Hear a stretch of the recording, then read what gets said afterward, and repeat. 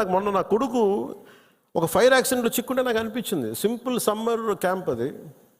Fire యాక్సిడెంట్లో చిక్కుకుంటే పక్కన ఉన్న ఒక బిడ్డ చనిపోయింది, ఇంకో పక్కన ఉన్న బిడ్డ మొత్తం కాళ్ళు చేతులు మొత్తం కాలిపోయినాయి.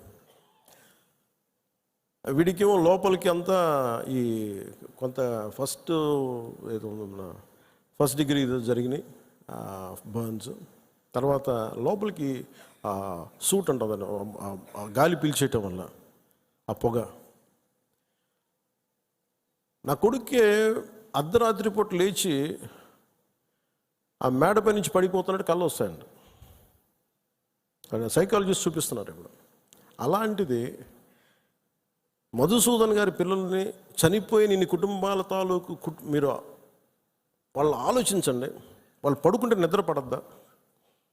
తుపాకులు వస్తాయి, తుపాకి చప్పుళ్ళు వినిపిస్తాయి, భర్త హాహాకారాలు వినిపిస్తాయి, తండ్రి ప్రాణాలు కోల్పోవడం వినిపిస్తాయి. ఎంత ఘాతుకం అది! ఒకటి చనిపోవడం, ప్రాణాలు కోల్పోవడం ఒకటైతే మానసికంగా దాన్ని తేరుకొని బయటికి రావడం చాలా చాలా కష్టం. అందుకని ఇలాంటి పరిస్థితుల్లో చనిపోయిన 26 మంది మరోమారు నా సంతాపం తెలియజేసుకుంటూ